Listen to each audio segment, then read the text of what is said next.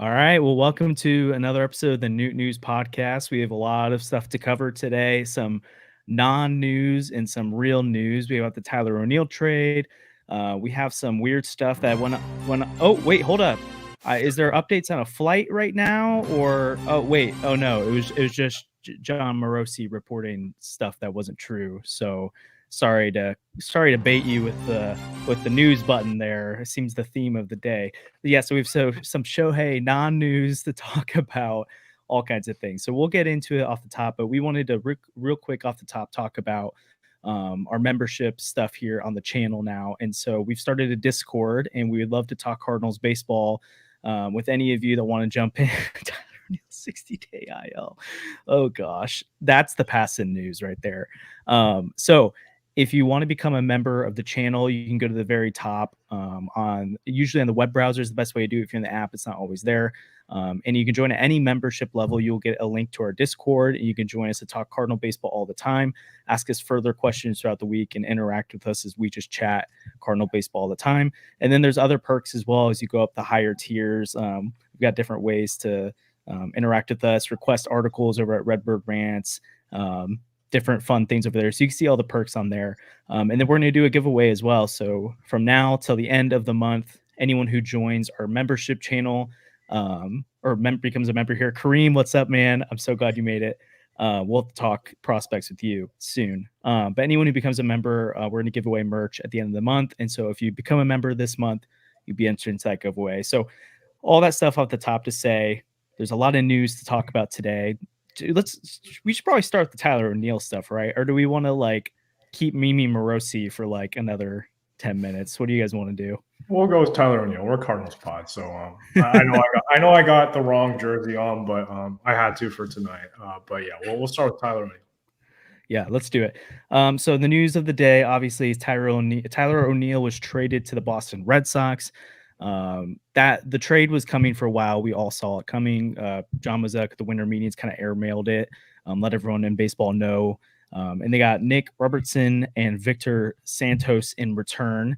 So one interesting arm that's gotten some appearances at the big league level as well. And we can get more into his profile during the episode. And then Santos didn't pitch in baseball or in Major League Baseball or minor league baseball this past year. He's an organizational depth arm. He's been pitching in the winter league or winter ball. And so we'll see kind of what happens at that. So when you guys saw the trade go off, let's just start with that. What were your initial reactions while there was debate back and forth between Bob Nightingale and random Toronto people and John Morosi? We got this Heyman bomb of Tyler O'Neill, the Red Sox. What'd you guys think? Yeah, I was in the process of making a meme about Shohei Ohtani being in Arby's instead of being in Toronto. And then I saw that and I was like, there's no way, right? Tyler O'Neill just got traded. So that was my initial reaction. And I was like, yeah, it's pretty good. Honestly, I'd take pretty much anything you get for Tyler O'Neill. He seems to be not too in tune with the clubhouse culture right now.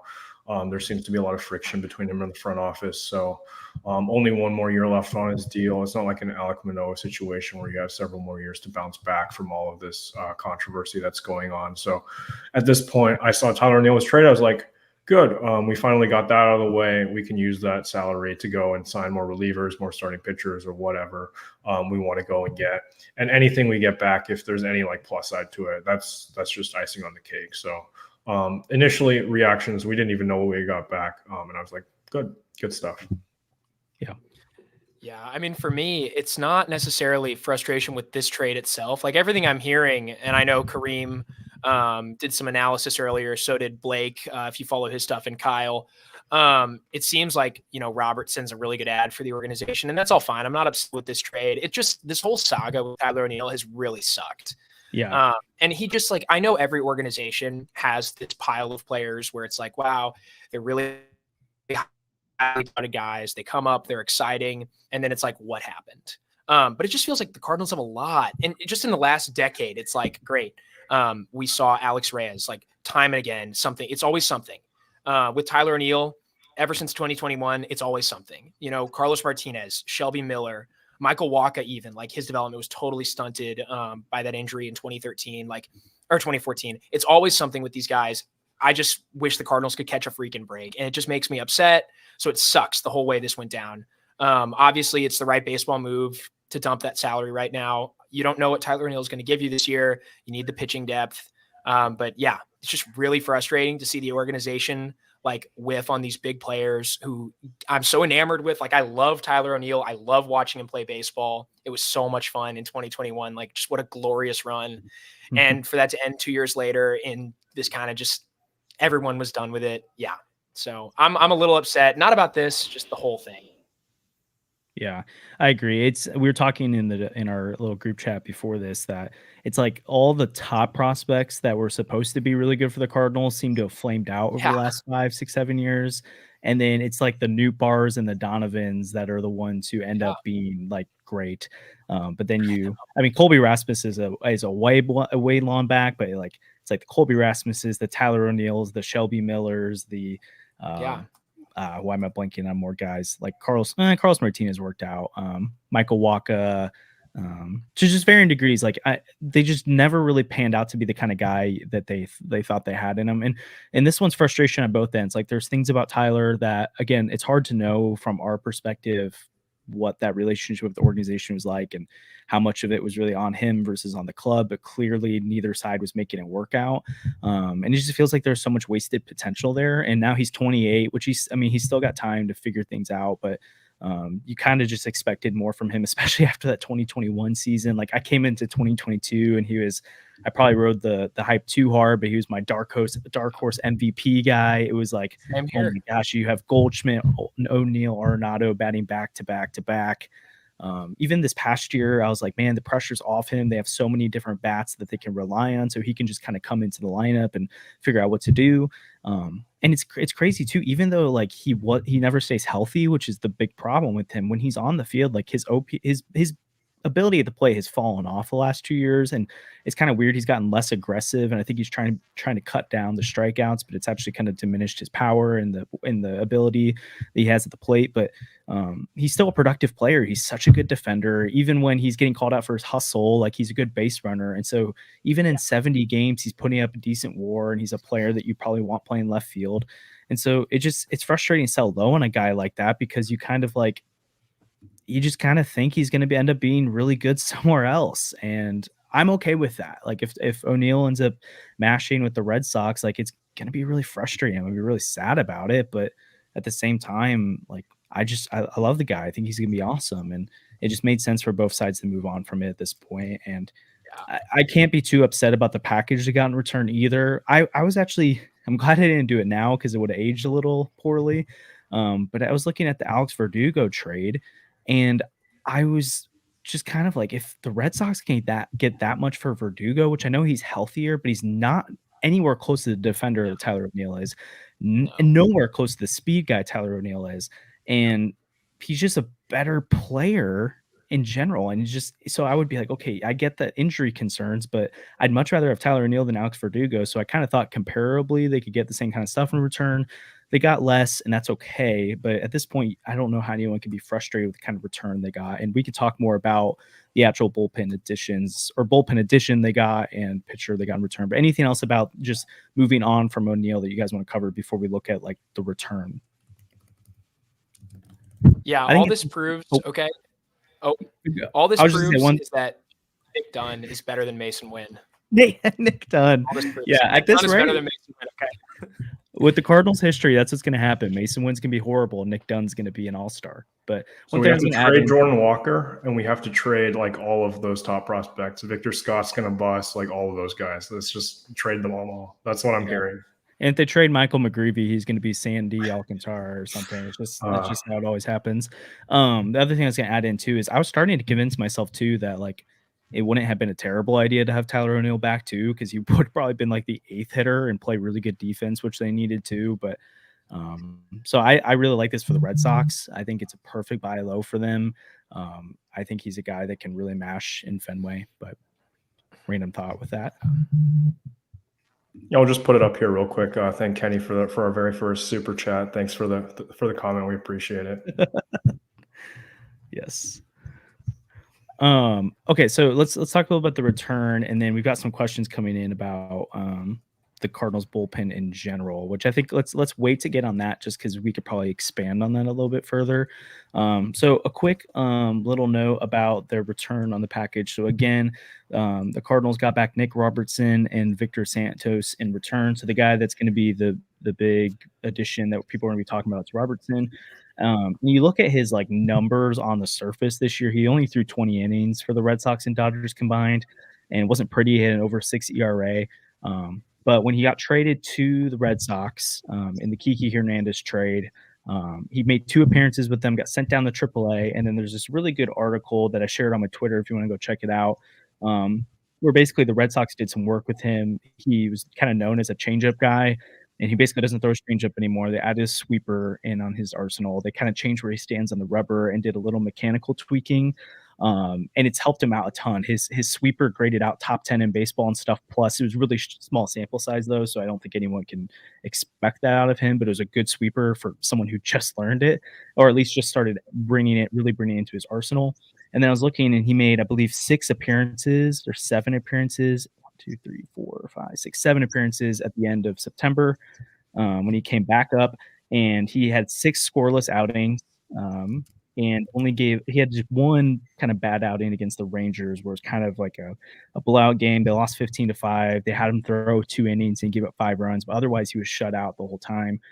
I think I saw from Cardinals Week on Twitter that his fastball and sweeper only grade behind Helsley out of all the current bullpen arms the Cardinals have. So like he's a guy where I want the Cardinals targeting guys who have good stuff and project out. And I'm kind of sick of the guys where they like the Dakota Hudsons of the world, where they're getting the results, but all the underlying numbers are showing that this guy isn't actually all that good. And he's not really matching up with today's game. Like he kind of has the profile. He's 6'6", and as a guy that you expect, he like has the profile needed to be an impactful reliever in this bullpen.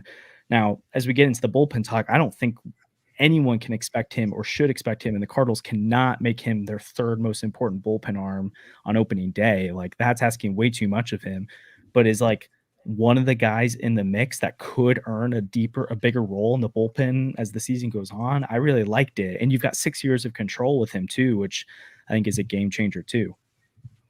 Yeah, I see people looking at this guy's major league stats and being like, oh, he was terrible, but let's not forget, we made this mistake once before with Jojo Romero, pulling up his numbers in Philly. In 25 outings, he had a 7.89 ERA, and he's quickly become one of our most trusted high-leverage left-handed options out of the bullpen. So just because someone didn't have it in their first like 20 or so appearances in the big leagues doesn't mean they're not going to have it for the rest of their career. Like this guy could definitely become a solid major league reliever, especially with all that good stuff that he's built up with the Red Sox. So I wouldn't question this that much.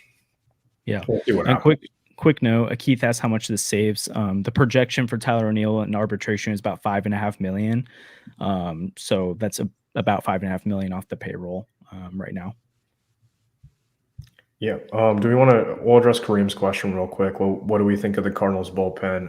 And if they'll add a Maton Hicks type, and if that's good enough. There were reports that the Cardinals were in talks with Phil Maton earlier this week. Those are all pretty much debunked by the top tier Cardinals writers throughout the winter meetings.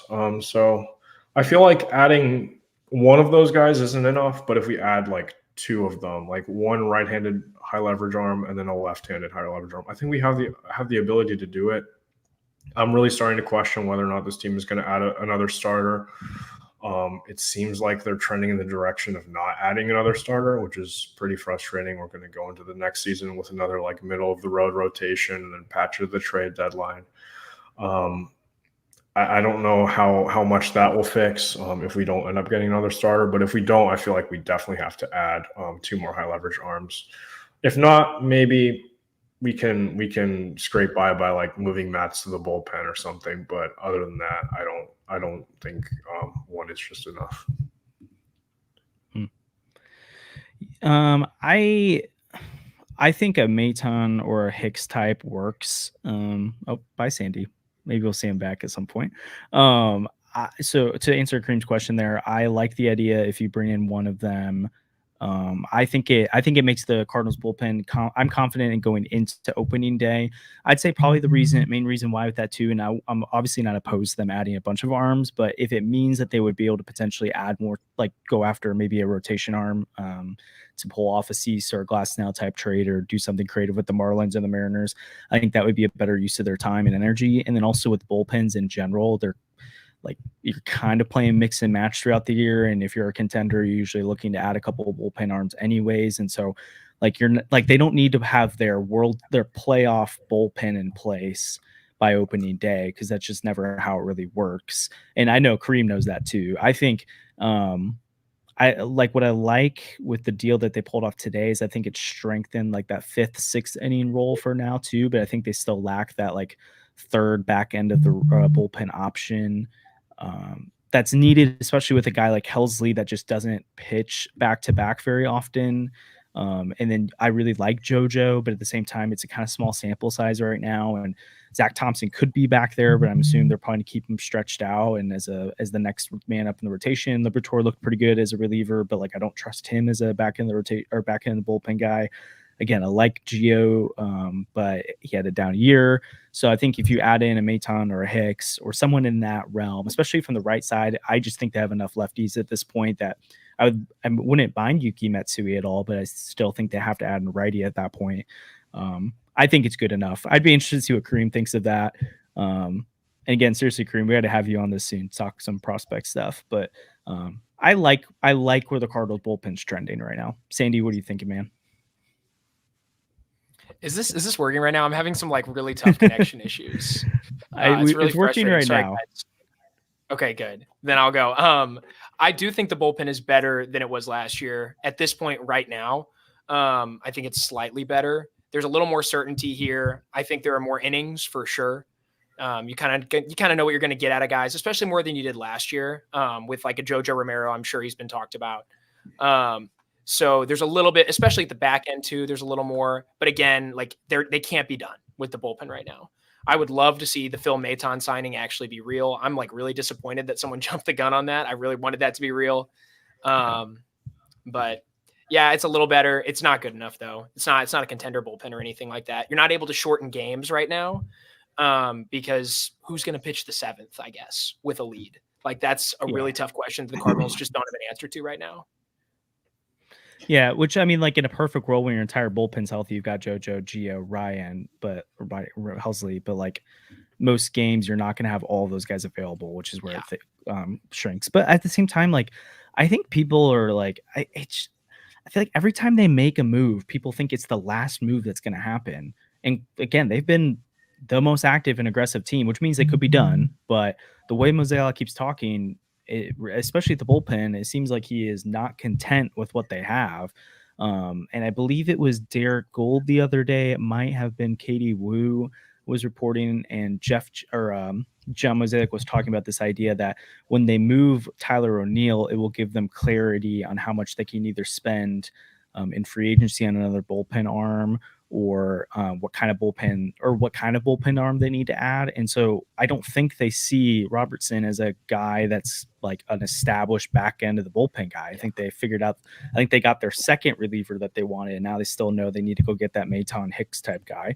So assuming they do that, I think their bullpen is good. It's good enough. Like it'll work. And then you work at the deadline to try and figure out what patches or what holes you need to patch with that. But at this point, I'm way more concerned about the raising the ceiling of the rotation, because I would just be shocked if they don't go and get another reliever at this point. Also, a quick note too, their payroll, from what I've seen, is below what it was last year right now. So like, they've talked about raising the payroll and getting close to that $200 million number, and they're just above 170 right now. They're about 171. So, I mean, they could sit on their hands and do nothing from here, but it would seem really odd to me with how they've approached the front end of the offseason and with the flexibility they've said they have. Yeah, honestly, plenty of space for Yamamoto. I doubt it, but Why not? He's growing on me. He's growing on me every single day. Like That's good. the arguments that I've heard where it's you don't find guys with that stuff at that age that aren't locked up. And it's just like you don't see aces hit the market at 25. So I understand the whole he hasn't pitched yet in MLB. He hasn't thrown a single pitch in the show. I see those tweets. I get it. But yeah, he's really growing on me. The fact that you could lock up a guy that we know has ace stuff right now, and he's 25, and have him for the next decade or whatever, however many years it takes to get him. Like that's the type of move to me that would signal the Cardinals want to win a World Series. Yeah. Interesting notes of that too. John Heyman the other day, which I take this one with a grain of salt at least, but when he was talking about teams that are in on Yamamoto, which I think was yesterday, he did this on his live stream. He mentioned the Cardinals as one of them still. And then Jeff Jones, I would say, who's probably been out of all the Cardinals beat writers, maybe the most optimistic about the idea of Yamamoto coming to the Cardinals or them having a chance at him. He downplayed it more than he usually has, and he talked about how he couldn't confirm with the Cardinals, with his sources, if they were one of the mystery teams that he was meeting with, which to me, honestly, in some ways makes me feel like they could be, because if they weren't, I feel like those anonymous sources would be talking to, like, wouldn't be like leaving that up to debate there. But maybe they're kind of doing the checking in and seeing how his market plays out. But at this point, if he's getting close to 300 million, he's not going to be lacking a suitor. So like they're either in or they're out. There's no like, so he'll circle back to us later because he didn't get the offer he wanted. Like Steve Cohen or Brian Cashman's going to give it to him. So I still highly doubt it, but I'm not ruling it out. But my eyes are more toward the Rays with Tyler Glasnow or White Sox with Dylan Cease. For sure. Do we think an outfielder could get moved? Maybe Carlson. I don't know though. I think he's the fourth guy now.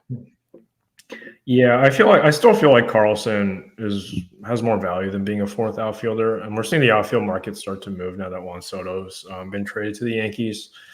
But now the Yankees, who was one of the teams that I really wanted as a match for Dylan Carlson, they seem to have their outfield all figured out. They got Verdugo, they have Grisham now as their fourth outfielder. So I don't think they're going to be that interested in Dylan Carlson. Maybe the Blue Jays. I know we're going to hit on the Blue Jays like later. That's a whole mess with that situation. But I don't know what's going on over there. But I think they still need outfield depth. Maybe do like a Carlson Manoah swap. I don't know if they go all in like they're trying to go right now. They probably won't want to give up on Manoah that easily. But I still feel like there's going to be a match for Carlson somewhere. I like this point with Palacios as the fourth outfielder, Burleson as a potential fourth outfielder. Victor Scott's coming right up to play center field, so you can kind of use Donovan or Edman as kind of like a quasi fourth outfielder if you really wanted to, because there's just so much positional flexibility with this team that I feel like Carlson he can play center field, but he can't play. I guess center field isn't that much better than what we can get from like a. I don't know, like a Kevin Kiermaier is a name I've heard thrown out there for a potential signing for the bench. So I don't know. There's other options, and I feel like Carlson could give us a return pitching wise. Yeah, I would be against the Kiermaier. Oh, you go, Sandy. I would like to see Kiermaier because it would mean Edman's not going to be in center field every day. I don't know how I feel about the whole Tommy Edman is our starting center fielder thing because, I mean, I think the arm concerns are a little overblown. Like, I'm not sure it's that important. I don't know how many times it actually impacts the game. But I just don't know how I feel about Edman's bat being in the lineup every day if it doesn't have to be, and if he's not providing premium defensive value at shortstop, which is where I would like to see him play. And if Wynn's going to be your guy there, I'd be fine with them moving an outfielder, using Edman as a depth piece specifically in the infield, getting Donovan at bats in the outfield. So I think they definitely have the depth to move an outfielder, especially if Scott's going to be ready. Like some of the reports that suggest opening day for him, that's maybe getting a little ahead of ourselves. But I'd like to see it. So yeah, in that case, like they could definitely find a partner, like Andrew said, for Dylan Carlson. Will they? I'm not sure. Cause I think they still like Dylan Carlson a lot. And also there's kind of the stuff with Soto last year where everyone thought Dylan Carlson was that one problem with not getting him. So I kind of wonder. I see Bellinger and Gurriel at the same time. I think that's unrealistic, but I'll raise you Bellinger and Teoscar Hernandez, if you know what I'm talking about. The worst take of the offseason. I cannot believe she said that. I will go the opposite of you guys. I think Dylan Carlson could be, I mean, if someone comes in and blows him away with an offer, sure, you can have Dylan Carlson. But at this point, I actually really like keeping Dylan Carlson, especially because of the fact that I'm not really sold on Tommy Edman as the primary center fielder. Like, I'm okay with it. Also, we're at 99 viewers right now. So this is awesome, guys. Thanks for jumping in. It's been really fun. Again, we plugged it at the top. We've got a new membership program over on the channel. And so we've started a Discord. So if you want to hop in and just chat Cardinal baseball with us, you can join as a membership on YouTube or as a member on YouTube. And then as you go up the tiers too, we have other different benefits. Like you can request if you have some things you want us to cover in written work. And so you can request that from us and we'll cover that over at Redbird Rants. Or there's some other different member perks along the way. So join our member program if you want more of that kind of stuff. And then again, we've got our Discord going now, so you can chat all this stuff with us throughout the week. But when it comes to Carlson, like this guy still has potential. And it's like there's also a world where Mason Wynn isn't ready. And he struggles in spring training, and Tommy Edman has to play shortstop. And at that point, if you've traded Carlson and Palacios as your fourth outfielder, like that's not good. I do not feel good about him playing center field opening day. I like Palacios, but I don't think he's the guy you want starting center field opening day. I'm fairly confident in Nootbaar starting in center field. He was pretty good last year, and yeah, that's true. Like Donovan in left. You can there's ways to work around it. It's just Lars Nootbaar is like they prefer him at the corner, so you're thinking Tommy Edman's a starting center fielder. But I feel like Nootbaar I'm comfortable with as well. I just think you get really thin there because if Tommy has to play shortstop again, this is like you're thinking of worst case scenario. I think Mason Wynn's gonna be fine. But if Mason Wynn isn't and Tommy Edman's your shortstop and you have Nootbaar in center, if Nootbaar goes down, then it's like, okay, who's your backup there? I love Victor Scott. I seriously, we've talked about it. I'm so high on him. I think I would love if he comes into spring training and blows it away and can be good enough to play opening day or is good enough to call up the second an injury happens. But I don't think you should be banking on that. And I just don't think Dylan Carlson has the value right now that makes it worth moving on from him. Because I do think he can get run. He can definitely start against left-handed pitching. Like he had a down year last year, but in general, he's done really well hitting against that. He could play all three outfield positions. I don't really want Alec Burleson playing the outfield that often. I would rather have Gorman DHing more often if possible and having Brendan Donovan play second to save Gorman's bat. So I don't really want to have to put Brendan Donovan in left field unless it's just every once in a while. So I'm big on keeping Carlson. And then again, like he didn't really get much of a chance last year and he had injuries again. And so I think I would rather have him be that fourth outfielder and maybe he comes into spring training and I think there's a world he could potentially beat out Tommy Edman as the center fielder. Like, absolutely. I think it's pointless to sell low on Carlson now. And then Palacios works perfect as that like fifth or fourth guy off the bench because Palacios has the ability to play second base too. So he's got a little bit of infield versatility. He can play all outfield positions. Alec Burleson's more of the DH corner outfield first base guy. So I don't see a reason to trade Dylan Carlson anymore unless a team blows you with an offer. But sorry, that was a little bit of a rant there. And I'm not even a huge Carlson guy. I just think at this point it makes sense to keep him. Well, it's kind of the same argument we had for O'Neill a lot of the time too. You're like, this guy's so much potential. His value's so low right now. His ceiling is so much higher than this. But let me rephrase what I said, I guess, because I kind of wandered away from my main point. I think they'll trade another outfielder probably, but I don't think it'll be someone who plays center. I think that's a better way to put it because they have a lot of defensively limited players, right? Like if the Cardinals trade Alec Burleson, is anyone shocked? I'm not sure because, I mean, there's not going to be at-bats for that guy, right? Especially with Herrera knocking down the door. And then in the infield, you have so many guys that could push Donovan into the outfield for at-bats. And like, for some reason, Alec Burleson seems to have a much higher value than I think. Every single time I see him mentioned in a trade, he's being viewed as like some major piece. And people from other organizations seem to really like him. And I know he has a good hit tool. I know he has a power tool that people can dream on. But like, if the Cardinals move him, I don't have a problem with that. I don't think it'll be someone that plays center, though, like I said. Because let's talk center field depth in the organization, right? Yep. You have Carlson, Edman, and Nootbaar on the major league roster right now that can play it, but none of them, it's their native position or their natural position. In the minors, it's Victor Scott and then who? Like Juan Cho got 20 starts there last year. They said Travis Huntington might be able to do it someday. And then Michael Ciani. So it's like, you're so right about depth. They get really thin if they move one of those guys. And that's a nightmare scenario for the Cardinals. Not having a center fielder, like that's bad. And that's why maybe they should move someone and go out and get a Kevin Kiermaier, like we said. Yeah, I like Kevin Kiermaier. I just don't see him signing with a team unless he's the guaranteed starting center fielder. Like, oh yeah, there's plenty of teams that are going to want him. And then again, they do have money to spend, like we've talked about, but I would much rather than be putting that toward getting bullpen pieces or strengthening the rotation than like, I like Kevin Kiermaier a lot, but at some point he's going to start regressing too. And he had a really good year last year after kind of being down a little bit. I don't know how much I would bank on him continuing to be the guy. So, and then also Harrison Bader, that's another option. I don't. There's another guy who's super injury prone. We know that more than pretty much anyone else. But I feel like his value would be low enough that we could get him on a pretty cheap deal. But at that point, like, you might as well just keep Tyler O'Neill because it's similar defensively in the outfield. And the offensive upside with Tyler O'Neill is definitely much higher than Harrison Bader. So I don't know what you guys think about that. He might be a little cheaper, though. Yeah, I could see it. But again, I think he's probably going to a team where he's going to start if possible. And I think they're locked in at Tommy Edman. And I'd rather have Tommy Edman than Michael. Thanks for the we'll jump into your comment, but thanks for the super chat there. I'll finish this real quick. I just don't see Harrison Bader as an upgrade over Tommy Edman anymore. Like, I think they're about the same, so I wouldn't pay Harrison Bader $8 or $9 million a year when I've already got Tommy Edman. But then also, like, we always have to remember this too.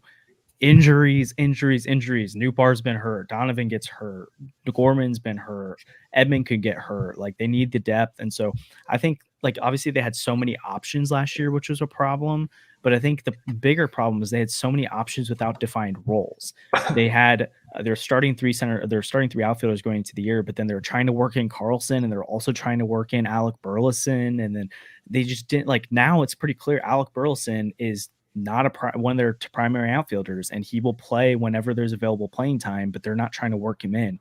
Dylan Carlson's the fourth outfielder, but I think you're going to see a consistent starting nine for the most part now, which I don't really care about having those options on the bench anymore. I think it's good for depth, especially when they're not trying to rotate too much. But Michael, again, thanks for the super chat, man. This is awesome.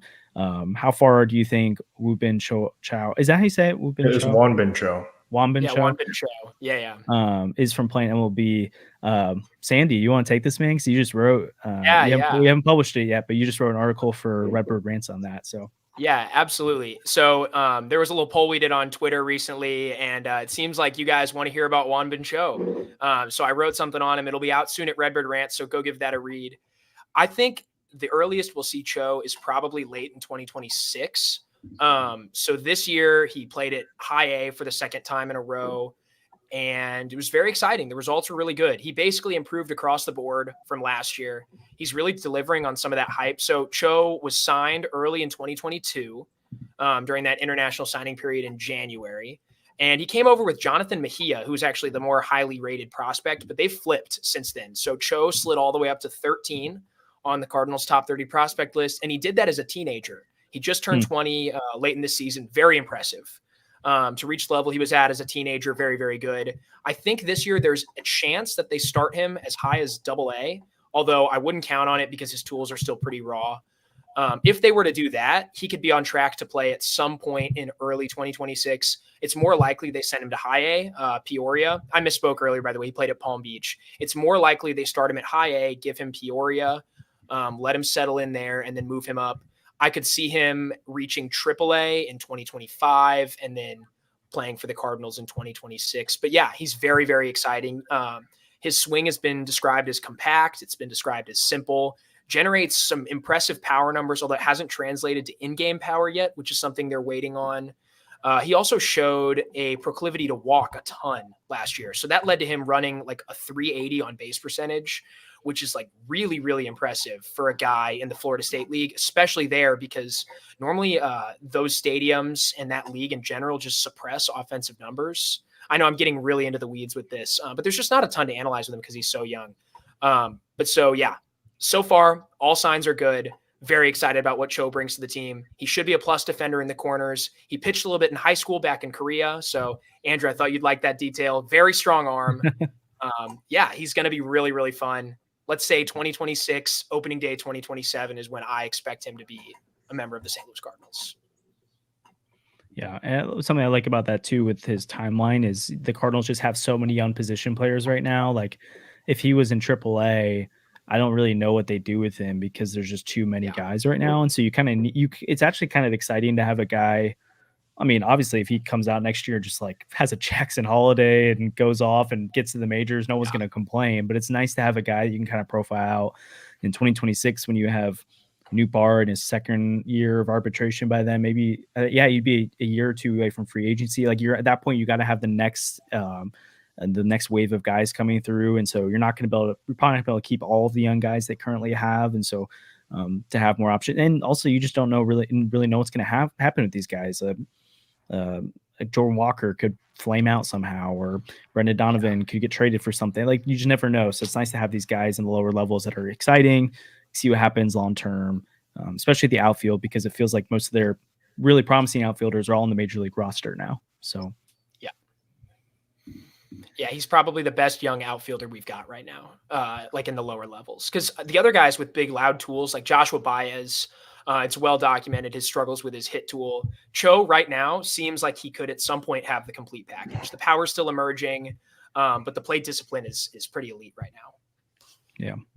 Yeah, I'd say the other one is Chase Davis at this point too, but such a small sample size. Obviously, he's a high profile and high pedigree as the first round pick this past year, but you don't really know where to get from him yet. So it's nice to have some options down there. Also, I don't. Oh yeah, go ahead.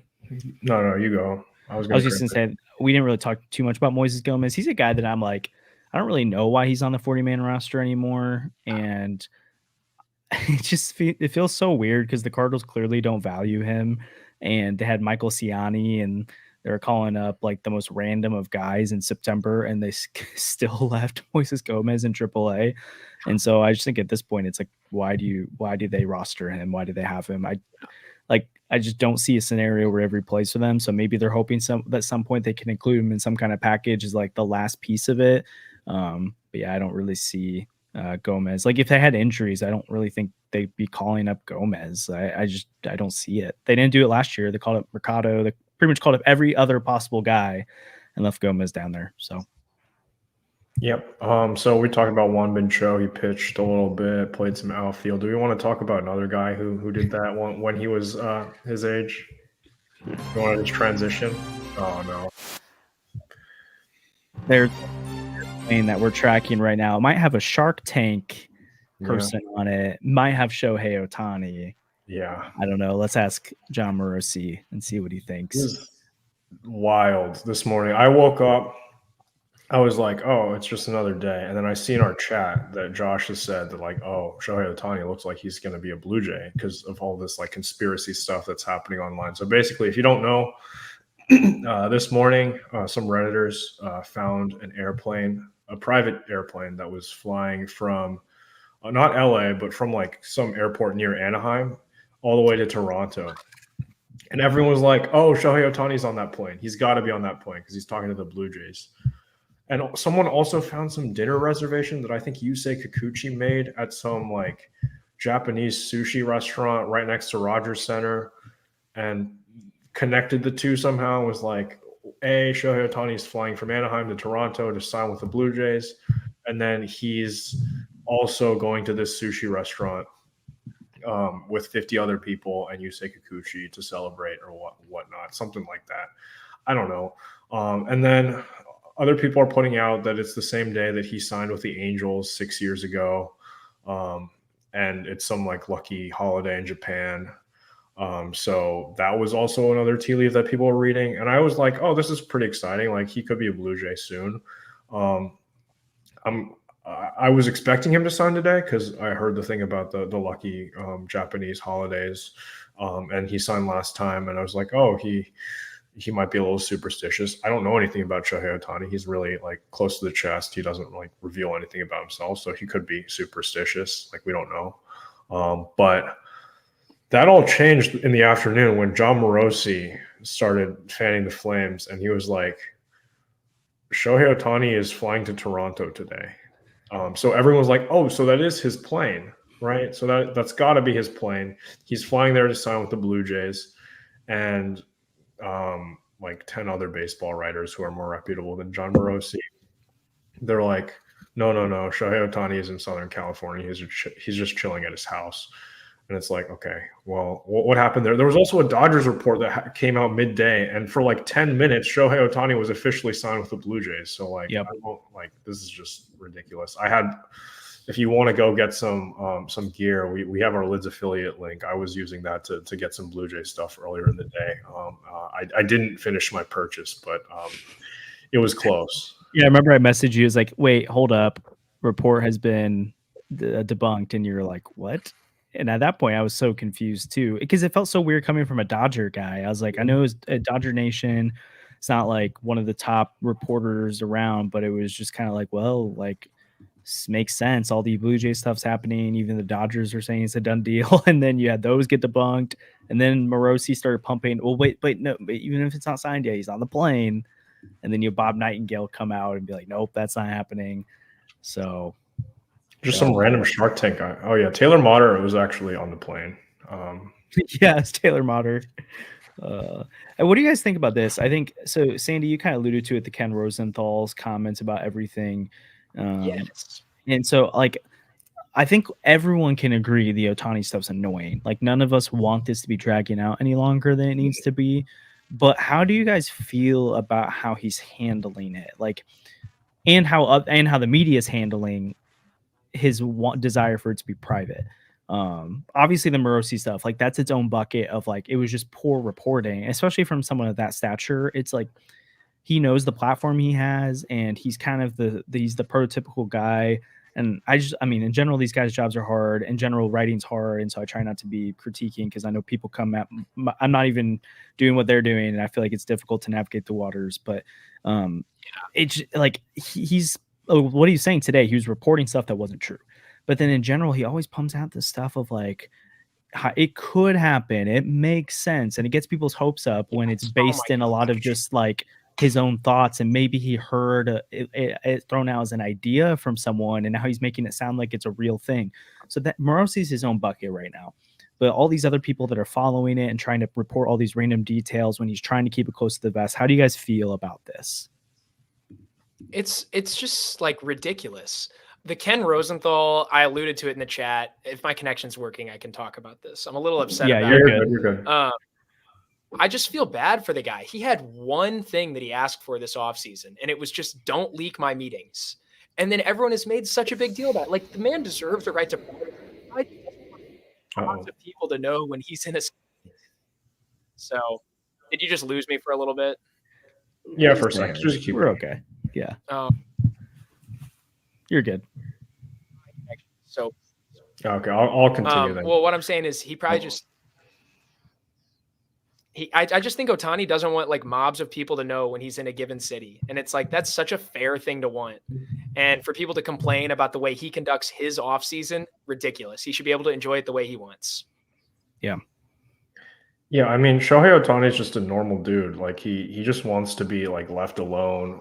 He just wants to go to the stadium every day, play baseball, come home, and then chill, like watch a show or something, read his manga on his iPad. That he's just like all of us. He's just a normal guy. And Japanese culture, a lot of it is like very private, keep to yourself. So I understand where it's coming from. There was the wild takes from Mad Dog, who should retire, by the way. That man said he would retire if the Diamondbacks beat the Phillies. So you should just go enjoy your beach house wherever and just not ever talk about baseball again, please, respectfully. But he compared Shohei Ohtani's free agency to something that I don't really want to talk about on here may or may not relate to like certain like wars that have happened. So like that was just really insensitive, and I was just like, why'd you bring that up? But I just think just give him his piece. Like, it's not the decision. It's not LeBron James is sign with the Miami Heat. It's a different guy. LeBron James is out there a lot. Shohei Ohtani is very reserved. He's very just keep to yourself. Just go play ball. Like, it's not that deep. So just let him sign wherever he wants. We don't have to make a big deal about it. And like, why are we stalking Shark Tank people as they fly from like probably was just like taking his kids to like Disneyland or something in Anaheim and like literally had nothing to do with Shohei Ohtani. Like, why are we stalking him all the way back in Toronto? That's just weird. Yeah. And I like the part, one part of Rosenthal's argument that I get, and I feel like is fair, is that it would have been really, really good for the game of baseball if this Ohtani free agency wasn't basically hung up on let's not talk about it, but like let's let's make it a big deal. But at the end of the day, that's not what Ohtani wanted, and so like we can't control that, and it's frustrating. And guess what? Maybe baseball should have done a better job with Bryce Harper when he was a free agent, and not like everyone in the world said no, we don't want to sign this guy. Instead of made it a bigger deal, went after the guy. Ohtani's obviously a different animal in terms of like how good he is and how marketable he is, but like it's just like you can't make him be the guy he doesn't want to be. Andrew, you look like you're gonna hop in there. There's a community note on Heyman's tweet now. It says this is false. Well, enough people got Morosi to. There's a community note on his tweet now. On Morosi's really tweet, funny, I thought you were saying on like It's Pikes. just like that's amazing. He should not have a job as of tomorrow. But yeah, has he put out anything since then? Nope. That's the last thing. Maybe MLB Network just like, you know, that like meme of the football player who like tries to get into the workout complex and his card isn't working. He got locked out. Yeah, that was Morosi. Hopefully. Yeah, we'll see what happens. He needs their answer for some of that. This is, I mean, I don't even know if we can, because earlier this morning I was talking with Robert Murray, or he was talking with some of us he's the MLB insider for Fansided. We're like, is this worse than the Heyman tweet about Arson Judge? Oh, this is so much worse. In the moment when he asked it was the very beginning of the day. It was just the Dodgers Nation thing. And I said, it's close. If he doesn't sign with the Blue Jays, then it's definitely worse. Now with everything that Morosi did after it, this is so much worse than the Arson Judge situation. Here's my hot take. That was 15 minutes of us believing him going to Giants. The rest of this has been an entire day of us thinking he's a Blue Jay on zero facts. Yeah. I don't think Arson Judge would be like nearly as remembered if he just spelled his name right. True. I think it's just memed on because he spelled it Arson Judge, and people are like, oh, that's funny. It's Arson Judge. But like, if he spelled it right, I don't think anyone actually would have been like. I don't think we'd be talking about it today. Still, it'd just be like, oh, yeah. Remember when we thought he was going to the Giants for 10 minutes? No. Yeah. Also, they spelled Otani's name right. I saw a tweet. It's like shoplift Otani has been sent to Toronto or something. Yankee or the John Soto appears headed to the Yankees from the Yankees tweet was like that has to go on like the top 10 of tweets of all time. That was top tier from the Yankees Twitter account. I appreciated that. I don't really see any comments about it, but we haven't been on since the Juan Soto trade happened.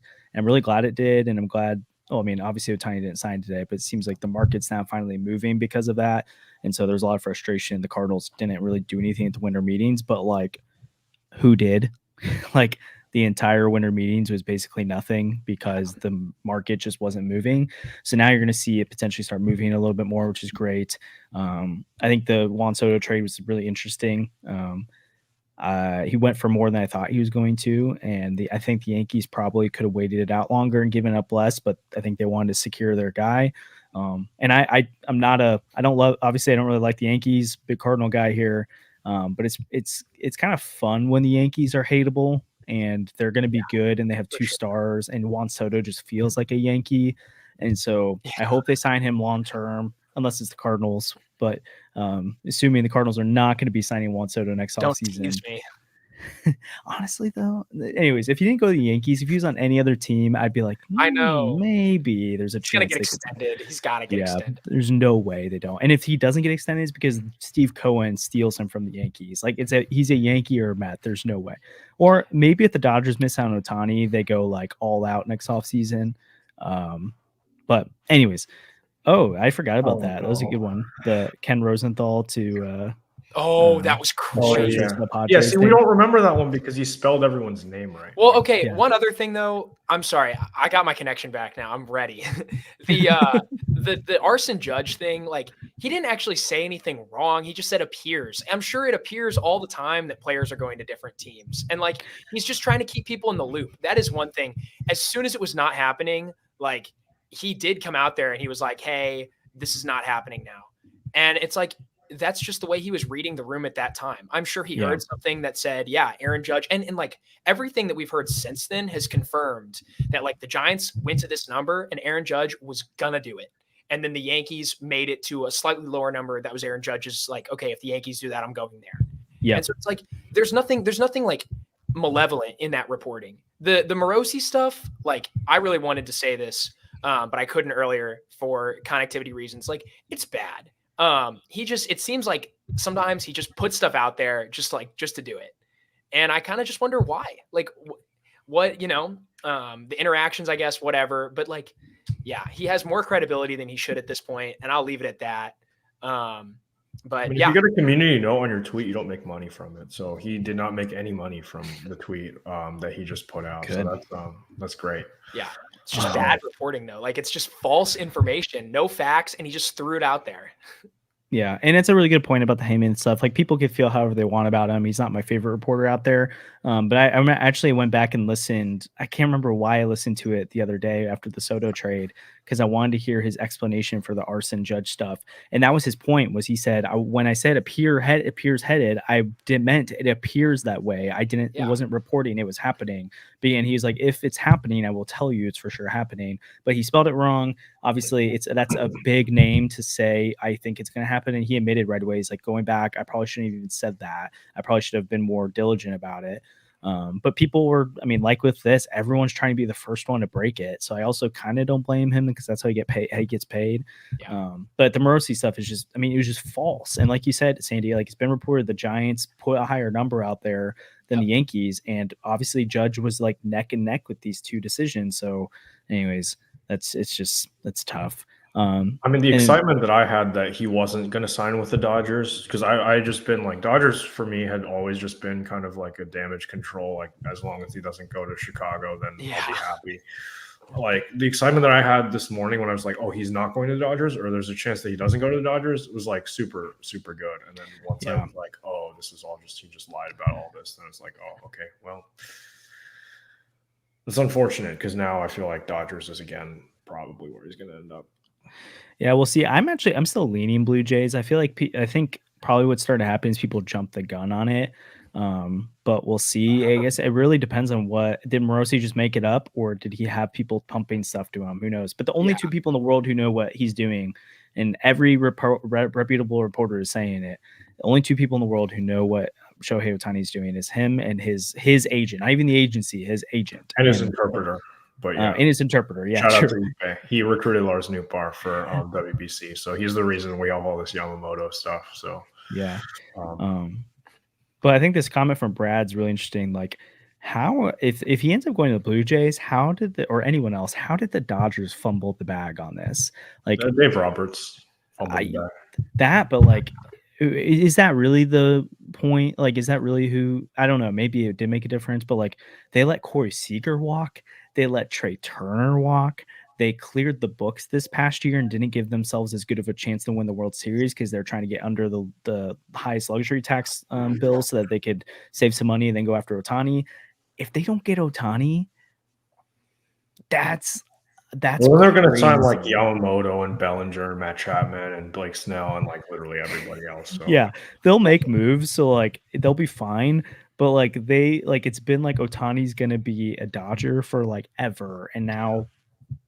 And let's not forget, they got lucky on Freddie Freeman, right? Like they got lucky his agent didn't show him the Braves offer, in case nobody remembers that whole saga. Mm-hmm. So like, yeah, they've not been as good at going out and getting stars as I think people would expect from them. Obviously, they traded for Mookie Betts and extended him. They weren't going to let him reach free agency. But yeah, if they don't get Ohtani, I think that's a failure for the Dodgers because you have basically unlimited funds. You have to be able to go lock down Shohei Ohtani. Yeah. There's something like someone tried to say this with the Dodgers that maybe they're not offering him the years that he wants. I get they haven't done that with other players, and that's why they've been hesitant to re-sign a Corey Seager, Trey Turner. They don't want to give out those 13-year deals. But they're doing that for Ohtani. He's the unicorn they've been waiting for. But I think it is an interesting thing. Part of the reason they're so good is that they have Andrew Friedman who came over from the Rays in the 2012, 2013 range, I think. And he's just like he was the masterclass of building this team up that had no payroll and making them a consistent winner. And now he does it with the best market, like probably outside New York, the best place to baseball market, and then also the most amount of funds besides the Mets. And he's got this like organizational model where they're constantly developing young players, but then they also can go out and get the superstar. So it's really interesting that they don't lock in the right, like obviously Mookie Betts is the right guy and Freddie Freeman, but they miss out on Ohtani. That makes me really like look back at their decision to not bring back Seager, which even now I'm like, should have brought back Corey Seager or potentially Trey Turner. So, and then the way they handled their pitching staff this last year, I know they had a ton of injuries and stuff, but they obviously were a contender in 2022 or 2023, but they didn't put their best foot forward to try to win a World Series because of this Ohtani pursuit. Yeah, I mean, the Dodgers kind of fumble the bag all the time in the playoffs, so it'd be kind of funny, but I don't know. I have a friend who's a Dodgers fan. I would feel for him if he didn't get him, because he was freaking out to me today, and I was like, hey, at least be thankful you have a chance to get Ohtani, because I don't. Man, I've been told that Dodgers writer for Dodgers Nation has been kind of silenced, and that he's going to sign with the Blue Jays, but I don't know. All the like Passan and whoever are all saying that he's not reached a decision yet, so I'm inclined to believe them instead. I don't know.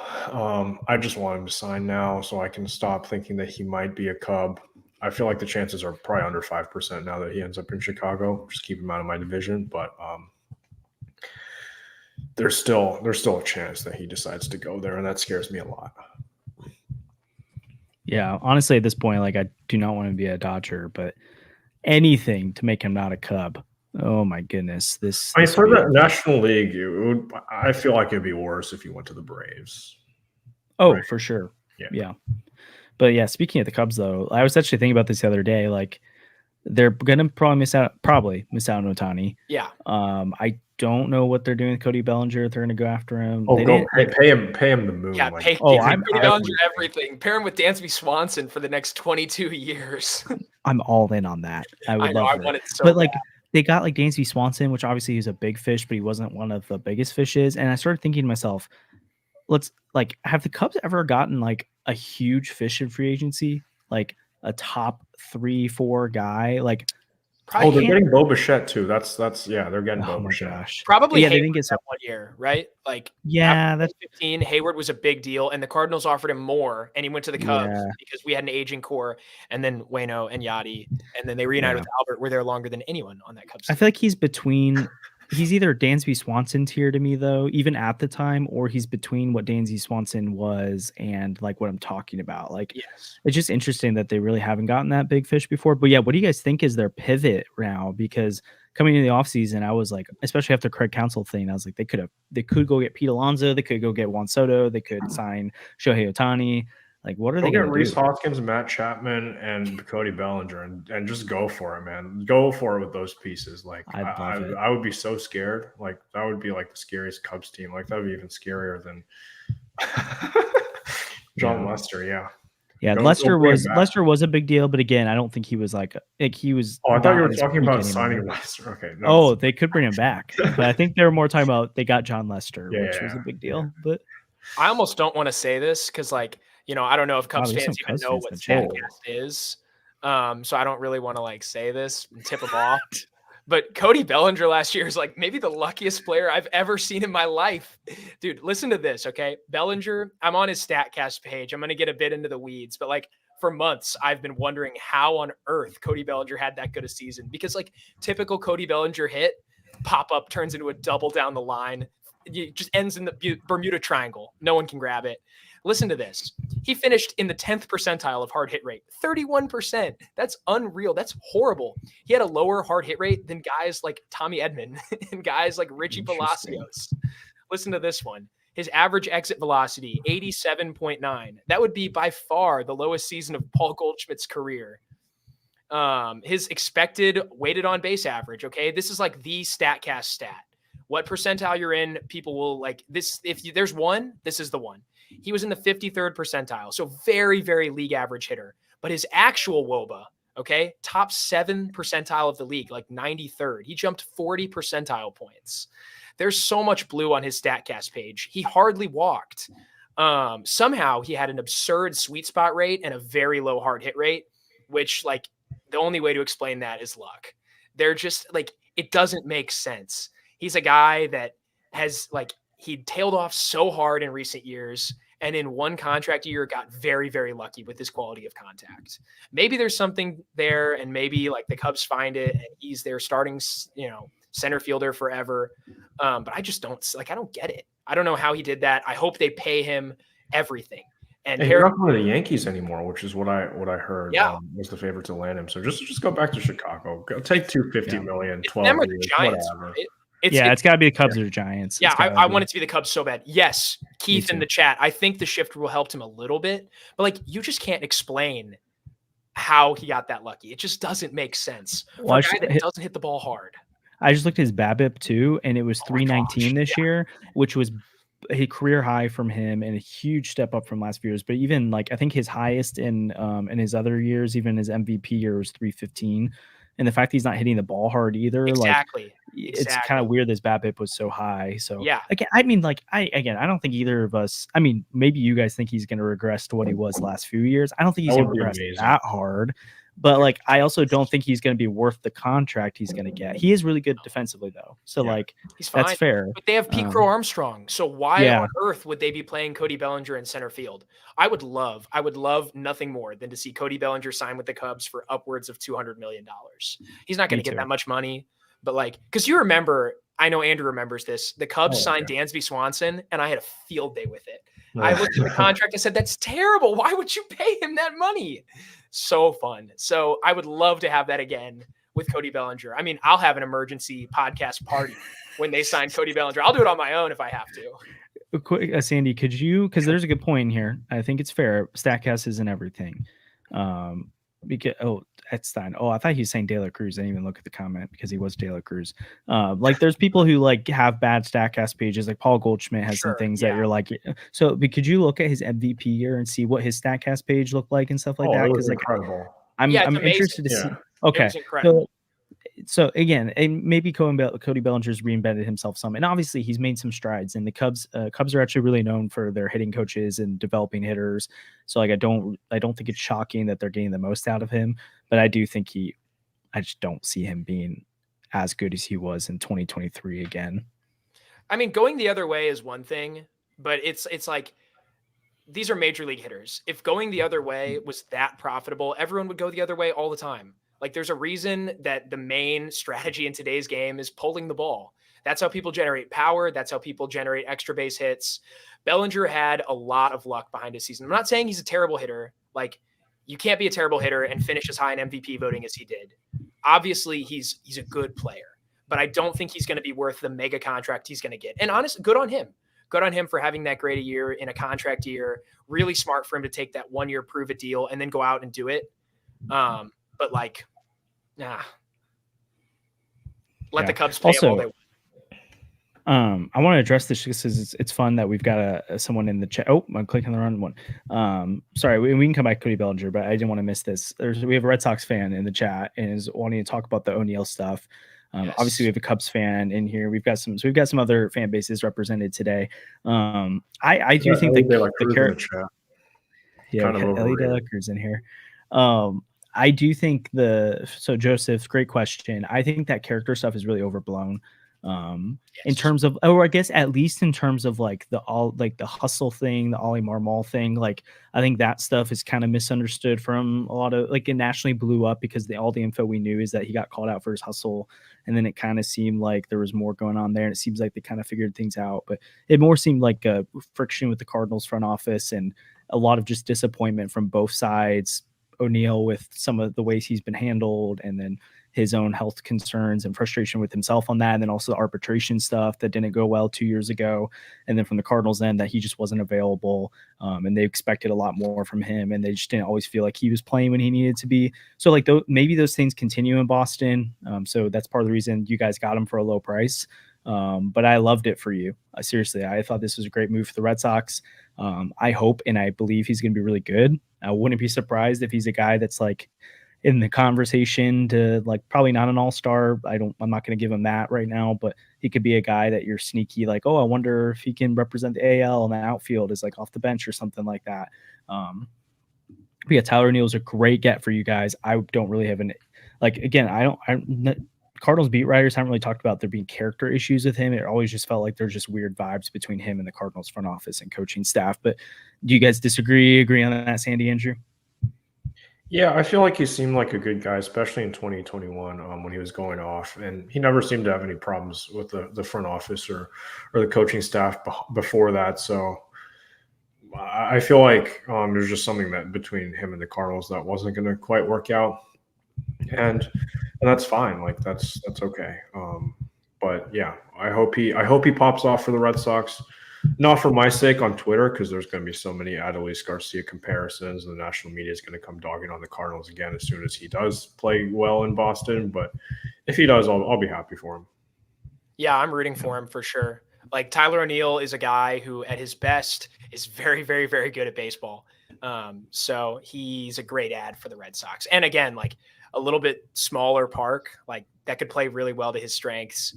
So you could easily see Tyler O'Neill have a bounce back year. I think if Tyler O'Neill is an 800 OPS guy, would not be surprised at all. And that's a really valuable player with his Gold Glove level defense, solid base running like Josh has hit on. Great ad for the Red Sox all around. And the character stuff, like totally overblown. And again, like we're not in the clubhouse, so we can't see any of that. So if there's something there, it hasn't been reported on, and anything that has been reported on is probably bogus. Yeah. So Heart of the Order, John Denton told there on an episode that there were some issues following the arbitration, which is true. I've heard that. But I don't think, again, that's a character thing as much as like we've seen around baseball that's why it's tricky to go to arbitration with players. And O'Neill was coming off a really good season. And then it was weird because of the lockout, the arbitration got pushed into the season. So I think there was just some weird stuff with that. So I think it's less about character with Tyler O'Neill and more about just friction between him and the front office. And so, again, I love it for Boston. I don't think it doesn't mean he's for sure going to work out for you guys, but I think the price point, like, that was a great get for the Red Sox. And again, I just want to plug it while we're in here now. Again, thanks to everyone who's shown up to this live stream. I don't know how much longer we're going for, but we'll keep chatting for a little bit at least. But if you guys ever want to continue this conversation, we've started this new membership program on the YouTube. So you can go to the top of our YouTube page to find that. Usually it works better if you're on the browser. But you can join as a member, and the first tier, which is just 99 cents a month, you can join and you'll get access to our Discord. So we'll have chatting between me, Andrew, Sandy, and all of you who jump in there, and we'll talk Cardinal stuff all the time. And there's other tiers as well that come with different membership benefits. Like we'll live stream a game together and watch with just our members one time a month per season, or not one time a month per season, one time a month each month of the season. And then we're also going to do some fun stuff with Redbird Rant articles. So if you guys have a topic you want us to be covering, you can submit that at a higher tier. And we're also going to be doing a giveaway at the end of the month. So if you're joining as a member during this month, you'll be up for some merch that we're going to be giving away at the end. So jump in there if you want to help support the channel. And then also if you want to be a part of the conversation ongoing. But anything else you guys want to talk about? A response from Joseph here, which I think is Grace. He just loved the perspective on it. Yeah, I think Marmol, there's a perspective nationally that players don't respond to him, but for the most part, it seems like those close to the Cardinals in terms of beat writers think the clubhouse likes Ollie a lot. So it just seemed like a unique issue with Tyler.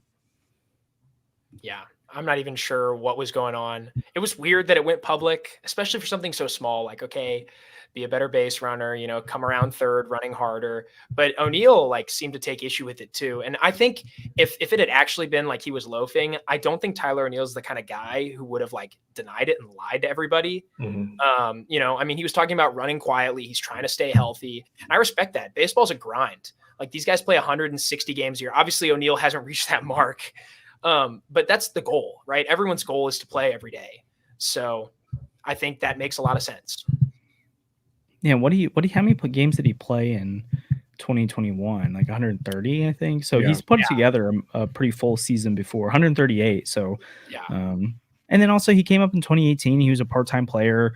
2019, they wanted him to establish himself some more. It took him a little while. 2020 was a shortened season. So, like, I really feel like 2020 is when he really took the reins as a starting outfielder.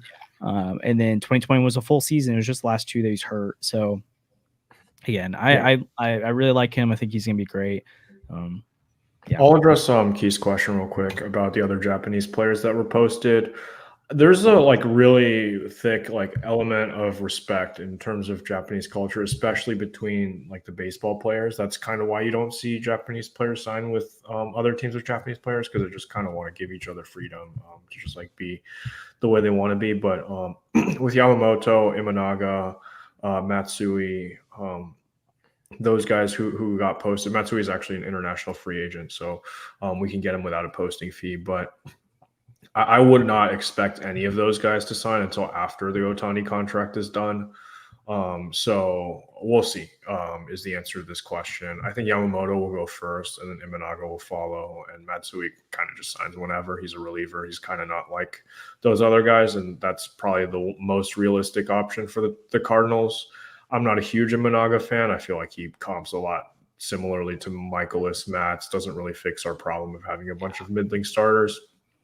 But yeah, be on the lookout for those Japanese guys to sign after Otani's deal is done. Matsui to the Cardinals, please. I need it. Yeah. Go. Is it Wusak Go? I think I finally got it. Yep. I saw a question about him earlier. We weren't able to address it, but he is not like a Hicks Maton, like sort of high leverage guy. He is Chris Stratton. In my opinion, he will give you a lot of innings. I think last year he got hurt, but the 2 years before that, he threw like 65, 66 innings. I see Jordan Hicks or we riot. Jordan Hicks gives me high blood pressure at times, so we'll see about that. But Trevor Rosenthal would be a nice add. Hey. But, minor league contract, though, right? We're not pretending that. No. Yes. I just don't want him to catch that flack. No. Minor league contract for Trevor Rosenthal, depth option. But hey, if he can still hit 102, then I'll be very happy about that one. But yeah. Yeah, I think the Wusak Go thing, I would probably put him like they probably expect him to be more than Stratton, but you're hoping that you at least get that out of him. Mm-hmm. So I think if you're adding Go at this point, you're probably wanting to still get a Maton or a Jordan Hicks. Yeah. I agree with like so something that Kareem said with the Jordan Hicks or we riot thing, like I think it feels weird bringing back guys from the team that was disappointing, but like Jordan Montgomery was really good. So like it makes your team better to bring him back. Jordan Hicks, obviously he started the season horribly, and I let myself get convinced that I'm taking all ownership of like, yeah, sure, get rid of Jordan Hicks. And then he turned it around. It was one of the best relievers in baseball for a stretch there. And then he was really good at the Blue Jays. So I'm all in on bringing Jordan Hicks back. I don't care that he's had some weird stuff with the Cardinals. He's clearly finally figured it out, and that stuff plays. And everyone keeps wanting the Cardinals to do things differently and to get guys who strike guys out, get guys who have elite stuff. And then they're really picky about what guys that they get that have elite stuff. Like, go get Jordan Hicks. I would love that. And I really don't think they keep seeing him at 3 years, 30 million, getting like 10 mil a year. That's really not that bad. And they've given that kind of stuff to Cecil and Greg Holland before. Yeah. So I'd much rather it be a young reliever like Jordan Hicks, who's got crazy good stuff. So I'm in on a Jordan Hicks, especially with the amount of flexibility financially they have right now. Yeah, I'm. You touched on Montgomery real quick. I still think, for whatever reason, there's a sinking feeling in me that thinks Jordan Montgomery's Patrick Corbin. I don't know why. It's not based on like anything other than the fact that they're like both left-handers who like performed really well in a postseason, and then went into a walk year.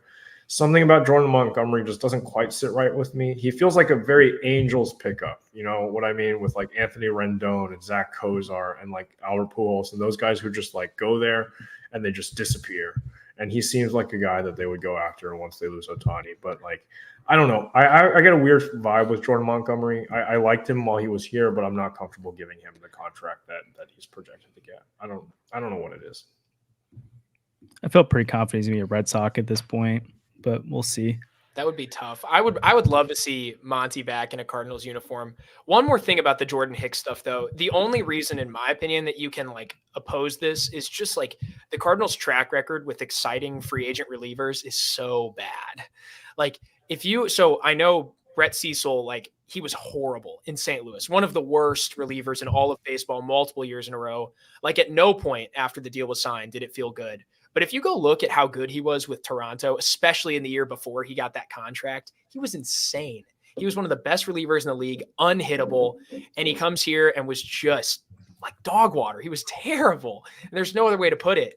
And I mean, yeah, Greg Holland, awesome for a long time before St. Louis. Comes to St. Louis, just terrible. The Andrew Miller contract's a little bit different. Ryan Tepera. A little different. Jacob Lawrence, Casey Lawrence. But when we bring in high-profile relievers from outside the organization, it doesn't go well. Now, the nice thing with Hicks is that he's been here before, so I do understand that. It's a little bit different. But I understand just kind of being against all high-profile. I mean, we've seen Hicks at his worst. Like, it's not good.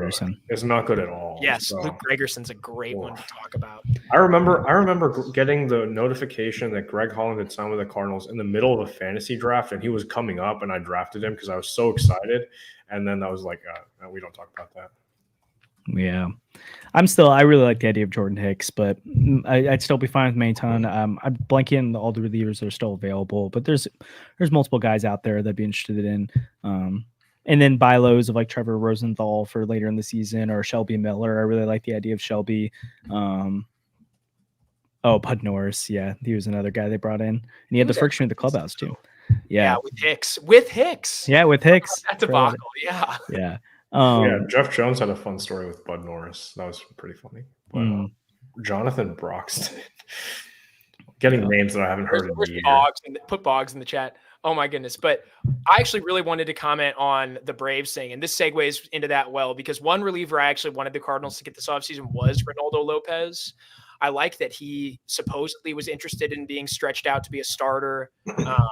Like the Braves, I think, are interested in making him starter depth, which is really exciting for them. Yeah, $10 million a year. $10 million a year for a guy that could end up being a good starter, and at worst is a really good multi-inning reliever.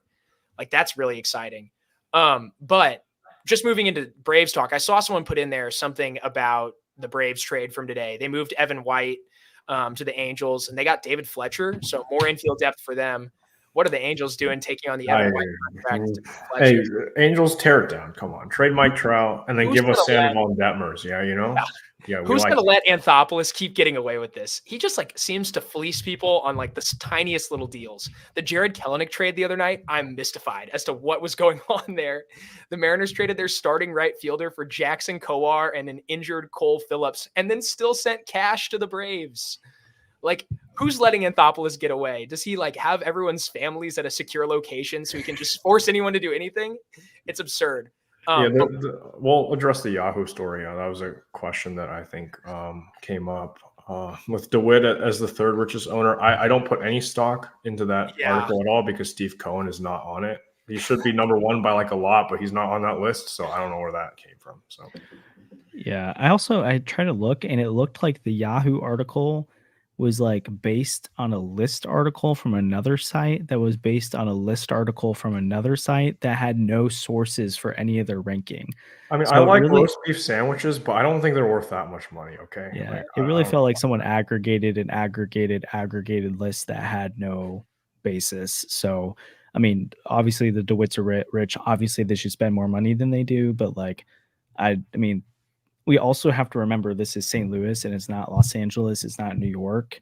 And sure, they could go crazy and spend like that a couple of seasons, but they're going to have to bring payroll down because that's just not how teams in markets like St. Louis operate. And you can see that San Diego right now, they had a really rich owner who went all in, and that's just it's really unfortunate that he passed and everything that went on with that, but they're trying to scale back on payroll and they got to figure things out. So obviously I'm not defending the DeWitt spending. They need to spend more, but when people are freaking out about that list, I was just like, whatever. So I think we'll probably save a lot of the preview for the rest of the offseason because I'm sure we have a lot of thoughts about what they could do in terms of I'll talk more specifically about bullpen arms as we have the weekend to think about it.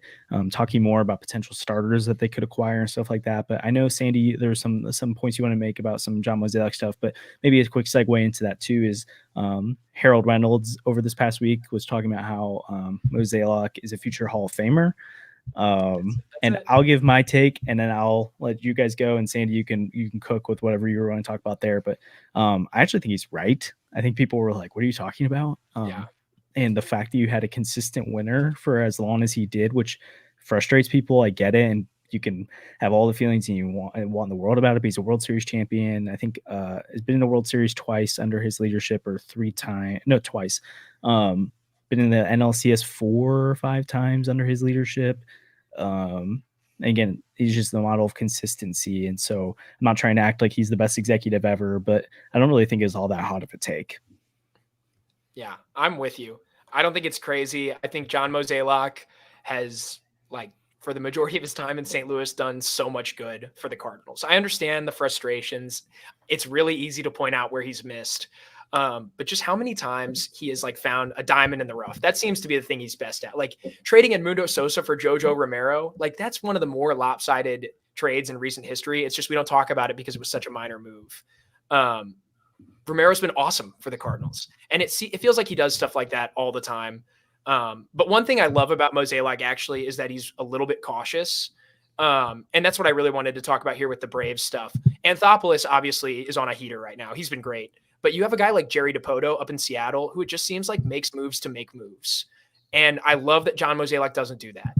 You've seen the Mariners get worse this offseason. You haven't seen the Cardinals do that. And the Cardinals probably had a better argument to get worse this offseason than the Mariners did. The Cardinals were definitely closer to tearing it down than the Mariners were. And now you've seen the Mariners in the span of 3.5 months trade away Sewald and Eugenio Suarez. And now they've traded away Jared Kelenic. And it's like, all the complaining that Cardinals fans want to do, you at least have a GM that isn't making moves just to make moves. And I like that. Jerry DiPoto wants to give me George Kirby for Dylan Carlson. I'll think about it. We'll even take on Robbie Ray's contract. We'll take money from you. Who cares? That's crazy. Yeah, that'd be nice. Well, they might sign Snell, I guess. That would make a little bit of sense. But like, it's just as nice that John Mozeliak seems to really think through all of the moves that he makes. It seems like this front office is very, very deliberate. And yes, sometimes they screw up. We know that. We know that very well. And we're reminded of it every time it happens for years and years and years. But his record is. Do you know the Dodgers gave up Yordan Alvarez? I forgot about that. No one ever talks about for Josh Fields. They don't talk about it. And then they'll sit here and tell us about how Adolis Garcia is the best baseball player in the world when he's like a 110 OPS plus guy, and he probably wouldn't even start in our current outfield. But I digress. Mozeliak deserves a lot more credit than he gets. He probably is going to be a Hall of Famer. And if he's able to turn this around, that might even cement his case. Yeah. I think it's fair to it's a league. What have you done for me lately? It's a world of what you've done for me lately. And sure, again, I think it's overblown sometimes what Mozeliak's done, or how bad it's been lately, but it has been worse lately. And you probably would favor the front half of his career as the Cardinals executive than current or the most recent stuff. So I get that, and it's really easy to be frustrated about it all. And again, I don't necessarily fully agree with how he's gone about revamping the pitching staff this offseason, but he's doing it. And I think they've learned from some of their mistakes. And I think it's interesting because there's clearly a leadership change already happening. And so I'm curious at times about how much of what is the future of this organization going to look like? And in 3 or 4 years under Randy Flores or Michael Gersh or whoever takes control or someone else, are we going to be really excited about the direction it's heading in, or are people going to look back? And Mozeliak's going to be with the organization in a different role. He's going to just be raised up to a non-baseball operations type role. But are people going to kind of miss when he's in charge of things? It'll be interesting to see what happens. Maybe the grass is greener. Maybe there's better days to come, but we'll see what happens with all that. Yeah. So I think this has been a fun chat. We've got a lot of people still in here, which is awesome. Thank you for coming out, guys and gals, everyone who showed up tonight. Again, I want to just plug real quick the membership program on our YouTube channel that just started up as well. So again, if you hop on our YouTube channel, usually it's in the app, but it's easier to find on the web browser. If you can't, you go to the main channel page, you go up by the subscribe button, there's a join. There's 3 tiers of membership. All of them include access to our Discord, where me, Sandy, and Andrew are in there all the time. You could just shoot us messages and chat with other fans in there. We're building a community to be able to talk about Cardinal baseball, get our takes on things. And as you go up tiers, there's different access points, like requesting Redbird Rant articles from us. So asking us to write up on stuff that you want to know about and you want more information on. There's other kinds of perks as well. So if you want to join that, that's awesome. And then again, this month, we're going to do a giveaway with that. So at the end of the month, for anyone who joins as a member during this first month, we'll give away some merch as well. So you can look forward to that. Again, please like and subscribe. If you haven't liked the stream already, please do that. I think we've got 27 on it right now, which is awesome. But if you can like it, it just helps us get it out to more Cardinal fans and helps our streams do really well, which is awesome. And subscribe if you're not already, so you can continue to get more content from us. Seriously, thank you guys for this. Obviously, if you got in late, I've seen some people say that the stream will be posted to our channels. You can go back and re-listen to things, and we'll be live on Sunday again. We're going to have an Avengers level crossover. The Avengers crossover. We're going to have JD over from the Lockdown Cardinals podcast. I go over there probably once every other week and hang out with JD. So it's a really fun time. So you guys can hop on over on Sunday, ask questions of JD, but also chat with us as we go through. But yeah, seriously, thank you again. Become a member if you want to be a part of this community even further and continue to build up what we're doing over here at the New News Podcast. Please like and subscribe if you haven't already. We're so thankful for you guys for joining us. Again, Tyler O'Neill is a Boston Red Sox. What a world we live in. What a world we live in. I don't know if I would have thought that. And breaking news, Shohei Ohtani has not signed with anyone. So I'm going to see. Breaking news. He's not on a plane. Let's just one day he'll sign. So bad. Yeah, I just want to take 1 second, just plug the Discord one more time. Like, it's going to be so much fun because, like, seriously, where else do you get this kind of interaction with people? Like, you're not going to get this from John Morosi, okay? He's not even backtracking what he said earlier. But we're here with you guys at, almost 10 p.m. on a weeknight. Like, please come join the Discord. Seriously, like, our goal is to build a baseball community, people who love talking about the Cardinals. You do the Immaculate Grid, you love baseball on an unhealthy level like I do. We have a channel for that in our Discord. Like, you can post your scores and talk about that. Literally anything. We're hoping to play some fantasy baseball with some people at some point for some lucky listeners. So be prepared for that. But seriously, like, get in the Discord. It's going to be so much fun. We'll be talking in there all the time, grading trade proposals, sending stuff back and forth.